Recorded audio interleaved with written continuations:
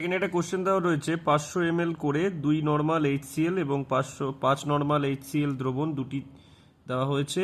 এই দুটি দ্রবণ ব্যবহার করে সর্বাধিক কত আয়তনের 3 মোলার HCl পাওয়া যাবে।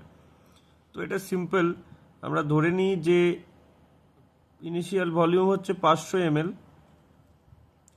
আর প্রথম যে HCl আছে তার নর্মালিটিটা দেওয়া রয়েছে 2 নর্মাল দেওয়া আছে, এই যে এখানে লেখা আছে।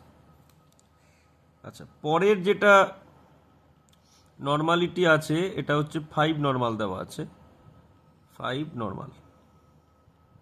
ঠিক আছে, এবার বলেছে ম্যাক্সিমাম কত আয়তন বার করতে হবে। আমি পরের যে আয়তনটা ধরে নিলাম ওটা ধরে নিলাম এক্স। ঠিক আছে, এবার এখানে HCl এর ক্ষেত্রে মোলারও যা নর্মালও তা, তাই এখানে এটাকে 3 নর্মালও লেখা যায়, কারণ HCl ভাঙলে একটাই H প্লাস পাওয়া যায়, একটাই Cl মাইনাস পাওয়া যায়, তাই মোলার যা নর্মালতা। তো এইখানে এই দুটোকে মিশিয়েছে, তো মিশালে হচ্ছে গিয়ে এর আয়তন V1 নর্মালিটি N1, এটা প্র্যাকটিক্যালও দেয়, আর আয়তন V2 নর্মালিটি N2, এই দুটোকে মিক্সড করে নর্মালিটি কত হয়েছে 3 নর্মাল, মানে নতুন নর্মালিটি হয়েছে, আর আয়তনটা যোগ হয়ে গেছে V1 প্লাস V2। তার এবার V1 কত ছিল 500, N2 কত ছিল, N2 ছিল 2, V2-র মান আমি ধরেছি x, আর N2 কত ছিল 5।